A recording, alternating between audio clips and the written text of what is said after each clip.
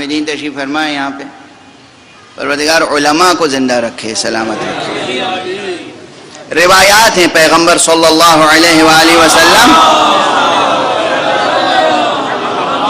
اور اہل بیت پیغمبر سے ہونے والے ائمہ اطہار، ائمہ ہدا، حجج الہیہ کی سے روایتیں ہیں، اور بہت سی روایتیں، سینکڑوں روایتیں ہیں. ان کا خلاصہ مضمون عرض کر رہا ہوں. خلاصہ مضمون یہ ہے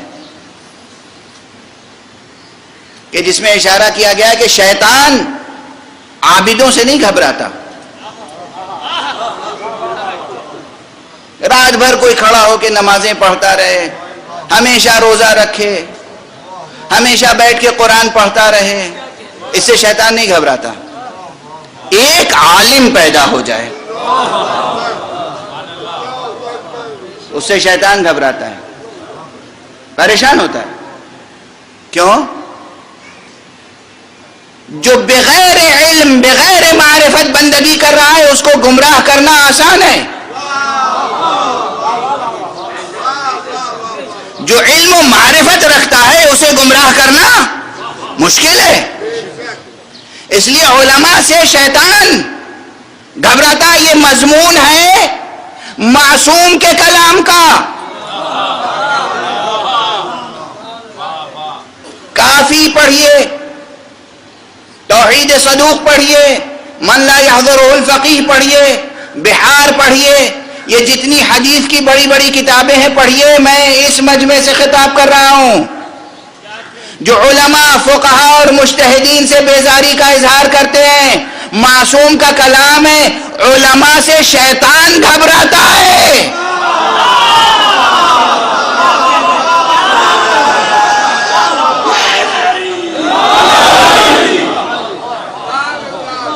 مومن برادر، آپ کو کاہے کی وحشت ہے علماء سے؟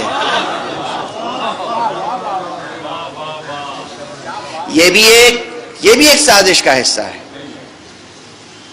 مکتب اہل بیت میں چونکہ ایک خاص تہذیب چلی آ رہی ہے، ایک تہذیب چلی آ رہی ہے.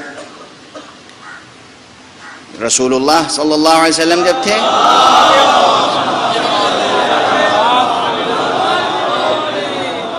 حرف آخر ان کی بات ہوتی تھی. وہ تشریف فرما نہیں ہوئے جب دنیا میں تو امام وقت حرف آخر ان کی بات ہوتی تھی. امام ظاہر نہیں ہے اس وقت، اب حرف آخر کس کی بات ہوگی؟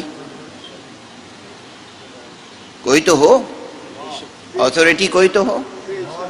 تو اب ظاہر ہے کہ خود معصومین نے بتایا کہ جو ہماری روایتیں نقل کرنے والے ہیں، جو ہماری باتیں تم تک پہنچانے والے ہیں، وہ ہماری طرف سے تم پر حجت ہیں.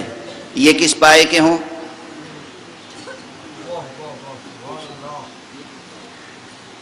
1400 برس کی تاریخ گواہ ہے کہ حدیث کے نام پر بہت سی روایتیں جھوٹی گڑھی گئیں.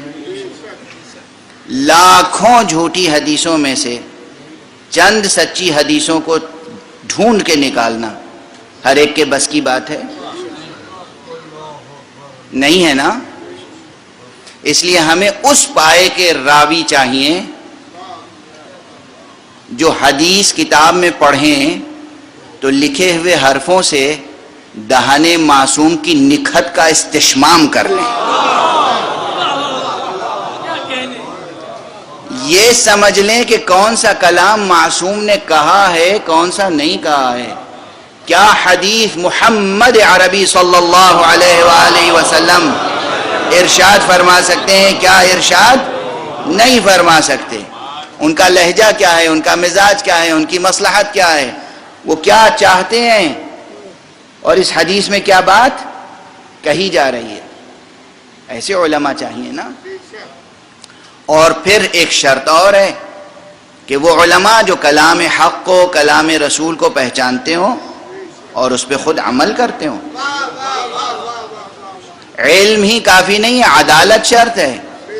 عالم و عادل، عالم و عادل. اگر عالم و عادل ہے تو پروردگار خود اسے جلالت و عظمت عطا کرتا ہے. ابھی دیکھ لیجئے عراق کی سرزمین پر مثلا ایک فتنہ پیدا ہو گیا اور تیزی سے پھیلنے لگا. اس وقت وہی اصولی، وہی مجتہد، وہی فقیہ، وہی مرجع تقلید جس کا نام علی حسینی سیستانی ہے، ایک مختصر سا بیان دے دیا کہ عراق میں رہنے والے تمام مسلمانوں پر جہاد کفائی ہے۔ اس ایک فتوے نے اس بڑھتے ہوئے فتنے کی کمر توڑ دی۔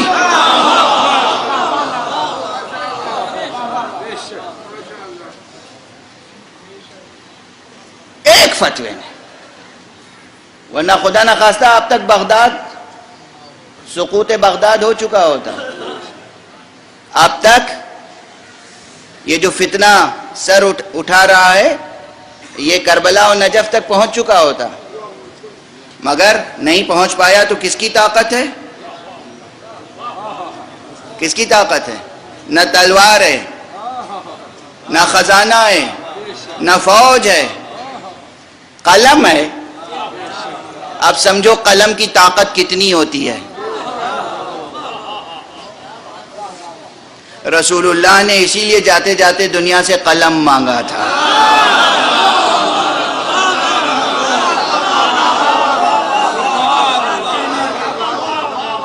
قلم